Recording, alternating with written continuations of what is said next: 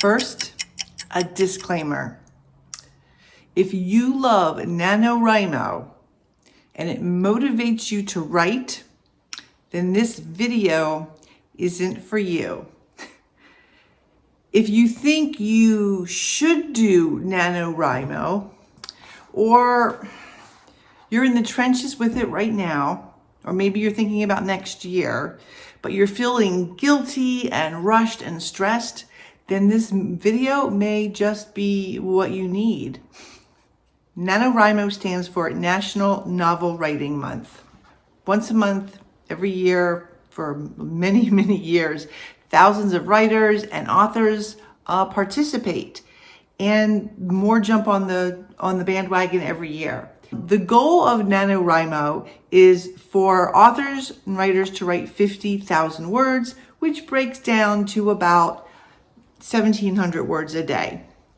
I don't do NaNoWriMo, and I'm going to tell you why, because it simply just does not work for everyone, and that's okay.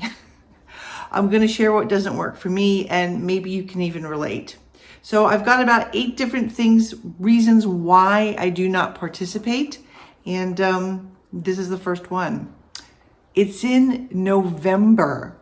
I have to do Christmas shopping, and even, online shopping, which is mostly what I do, takes time. And then I try to wrap some presents, but that's toward the end of November. There's Thanksgiving. And Thanksgiving for me includes shopping for Thanksgiving, all the meals, prepping for it, making space in the refrigerator for that bird and all the other extra items I have for it, making things the day before, if possible. I make a cranberry relish, and I usually make that the day before. And then there's setting the table, which I do the day before, and then there's the turkey that day. And then there's the cleanup, and then the post cleanup, like the next day, where you have to run yet another load of dishes, put the chairs back, put the table back, vacuum, sweep, all of that extra stuff that you need to do. I have 4 grown children and some grandkids. And my children love to come over, and they love to smell that turkey smell. And you know the smell, right? And it's palpable. And I think one year I did the bird before, and then I just heated it up. It wasn't the same. It didn't have that turkey smell. And my kids are like, "Oh, where's the turkey smell?" Yeah. So they enjoy that turkey smell the day they walk in for Thanksgiving, and I want to be able to give them that memory. Thanksgiving for me is also setting that beautiful table. My kids like it. That's linen and grandma's beautiful Thanksgiving china. So that takes some time as well. That's about 3+ days that I wouldn't be able to write, or of making my daily word count. So you take a big chunk of time out of those days. Number 3 is I have a full-time job with a very, very long commute. Okay, it's anywhere from a half hour to an hour, but it's slow, it's long, it's not restful. I get home, I'm tired. And my creative brain works best in the morning. Doesn't matter what I try to do, my creative brain does not work very well in the evening. I just can't come up with things as quickly, as easily, create a sentence as quickly, as easily as I can, before noon or in the morning.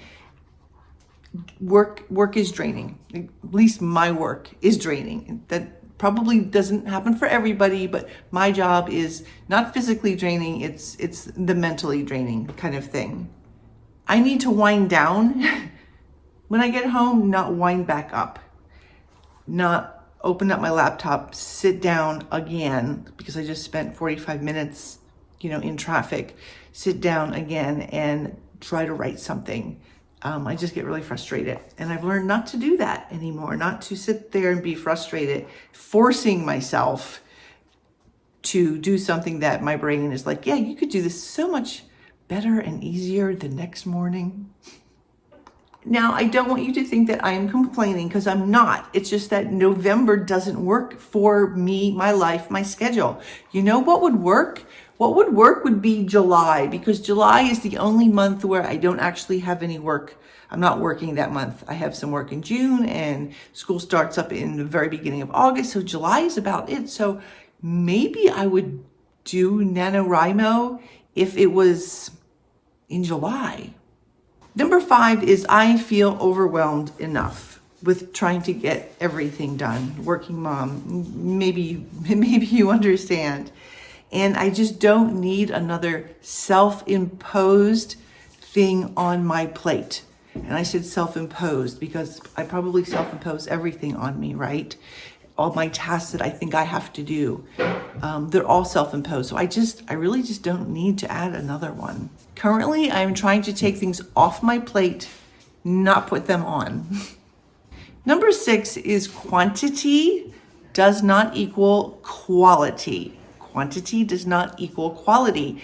And I just read a Facebook post. Somebody was ranting in one of the groups I belong to, and they didn't like NaNoWriMo either. And they had listed their reasons, and which were a little bit different than mine, and more, I think, craft-based than mental or spiritual based, I guess we could say. So it was more based on, the fact of rushing through a draft. But what you write isn't necessarily good. Of course, we know that first drafts are usually horrid, but if you're rushing through things just to make word count, then what are you really putting out?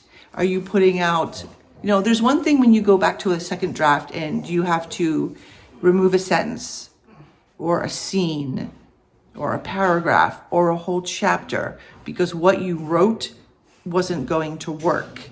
And that to me is not a time saver. I have found that most writers, especially newer writers, take too many words to say very little. So when I see a word count thing, a word count goal, I think, okay, yeah, I can write a whole lot of extra words too. But yeah, they're your words and I get it. But for some of us, it just doesn't work. Number 7 is feeling rushed, which I'm going to discuss that whole thing in my next week's video. It needs its own kind of thing. I know this can be a temperament or a personality type. That's what my husband tells me. He says, you always feel rushed. You always feel anxious because you're go, go, go. And that's a you thing. And you need to learn to just not feel so rushed and anxious. And you know what? I try, and I can't. So now I would feel this extra burden or pressure on writing those 1,700 words or making that deadline, which is just more rushing, which makes me more anxious. And I already drink calming tea. So I don't know how much calming tea I could drink during NaNoWriMo. Some of us need to slow down, not speed up. Not everybody, just, if I'm talking to you, you're like, oh, yes, I can't add one more thing. I don't want to feel rushed.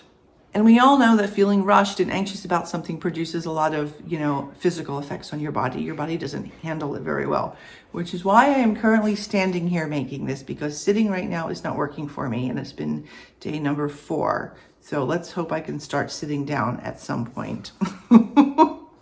Also, I want to enjoy the process, not rush through it. Enjoy the process of writing, of creating, of bringing characters to life, not rush through it. I want to embrace the process, not give it a little wave.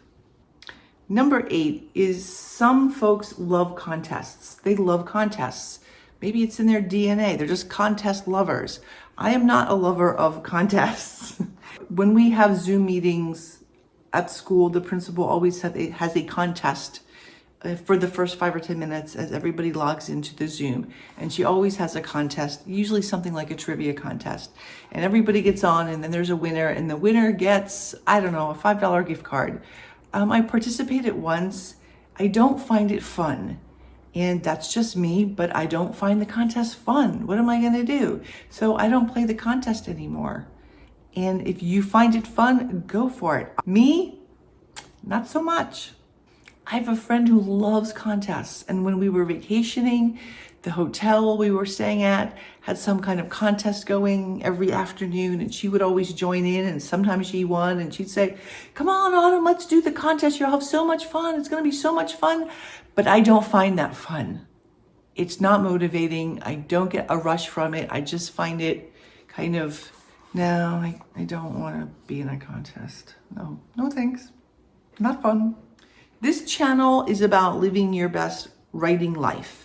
If that means joining NaNoWriMo and going for it, and it works for you, and it improves and is part of you living your best writing life, then go for it. Have at it. I'm definitely not putting down NaNoWriMo. You have to find your path, your way, what inspires you and helps you, write.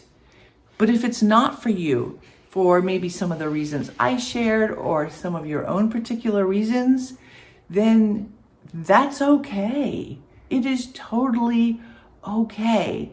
And when you go online on Facebook or Twitter or wherever and people are showing you their word count and they're bragging, or they're like, "Oh, I got to catch up, and who wants to do a writer sprint with me?"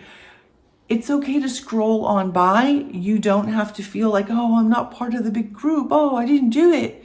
Just scroll on by and go, "Yeah, don't want it, don't need it, not for me." Kind of like if somebody passes you some food that you don't like, you don't have to take it. You go to buffets, right? There's all kinds of food. How much of the food do you really take? Do you sample every single thing? Chances are not. Maybe somebody's going for that lobster and you're like, "Nah, I don't want the lobster." Maybe someone's going for all the beef. You're like, not really a beef person. You do you. And if NaNoWriMo isn't your thing, that is okay. We're out there. There are people like us out there who do not do NaNoWriMo. And guess what? We're okay for it. We still get our novels written. If NaNoWriMo improves your life, and man, I hope I'm pronouncing that correctly, but if it improves your life, great. If it doesn't, then don't bother. See, I've given you permission not to feel sad or bad about it, or, leave in the middle of it, which reminds me, I actually did try 1 year, many years ago when it first started up. And then I realized by the second week that there was no way I could keep up. My brain didn't work that way. I had too many things that came up, Thanksgiving, the whole 9 yards. I'm like, yeah, no, this isn't the month for me. It's not. And frankly, I don't care about contests. But if it motivates you, that's awesome. Drop me a comment. Let me know what you think. If you participate in NaNoWriMo, if you do, you probably didn't make it this far through the video. But if you don't, tell me, what are your reasons for not joining it? And they're all valid reasons, and they're okay reasons. And just embrace the you and the writing life that works best for you. So embrace the writing life, the writing speed, the writing inspiration, the writing motivation that works best for you. Now I have to tell you to please subscribe. I'm almost at 500, which is kind of cool, and I'm really excited about that. Give it a thumbs up. Leave me a comment. I love your comments. I try to respond to them as quickly as possible. Sometimes that's not for a day or two, but hey, we're all just living our life. Thank you so much for watching, and I will see you next week when I talk about the effects of rushing your novel. Until then, dream, create, and embrace your novel at your pace. Bye-bye.